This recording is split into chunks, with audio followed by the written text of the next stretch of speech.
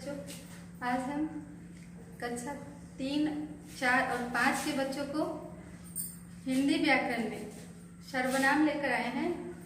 पिछले कक्षा में हम लोग सर्वनाम की परिभाषा और सर्वनाम के भेद के बारे में जाना था और कुछ भेद जिसका विस्तार से हम लोग नहीं पढ़ पाए थे, आज हम उसका चर्चा करेंगे। दूसरा है निश्चयवाचक सर्वनाम और तीसरा है अनिश्चयवाचक सर्वनाम। निश्चयवाचक सर्वनाम किसे कहते हैं? जो सर्वनाम किसी व्यक्ति अथवा वस्तु की ओर निश्चय पूर्वक संकेत करे, वह निश्चयवाचक सर्वनाम कहलाता है। जैसे वे, ये, यह आदि। अब हम लोग कुछ वाक्यों के द्वारा इसको पता करते हैं कि कैसे पता चलेगा।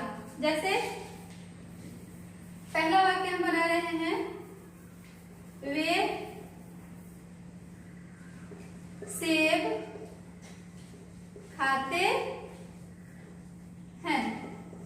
तो यहाँ साफ पता चल रहा है कि कोई सामने जो है वो सेब खा रहा है। दूसरा है, यह मेरी पुस्तक है।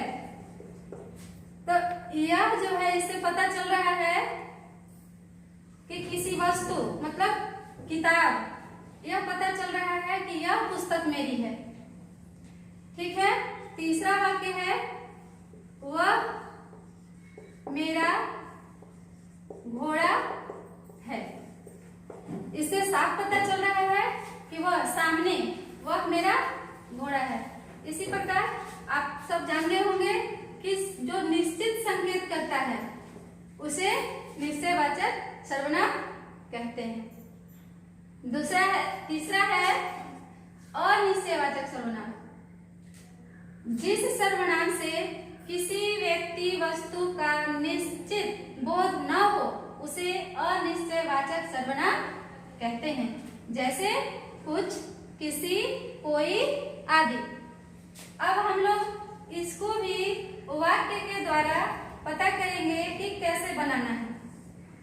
पहला है, किसी ने उसकी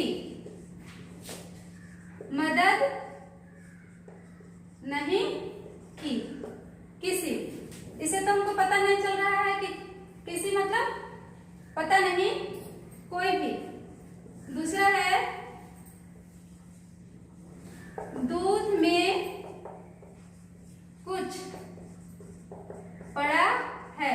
अब क्या पड़ा है ये तो हमको नहीं पता, क्या पड़ा है, कुछ पता नहीं क्या पड़ा है। तो इससे संकेत हमको नहीं पता चल रहा है कि क्या पड़ा है।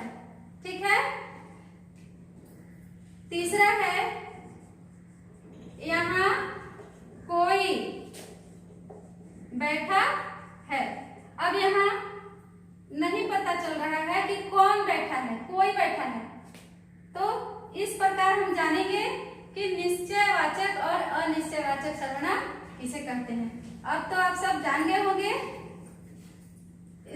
इसी पर आप सबको मिला है गृह कार्य। गृह कार्य में है, निम्नलिखित वाक्यों में से कुछ शब्द सर्वनाम है, उनके भेद लिखिए।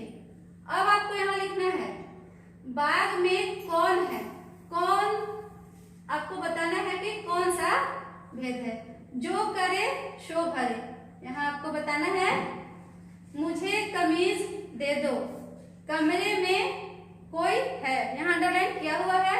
इसके भेद के बारे में आपको लिखना है और अपनी कॉपी में जब विद्यालय खुलेगा तो चेक किया जाएगा। आज के लिए इतना ही, धन्यवाद।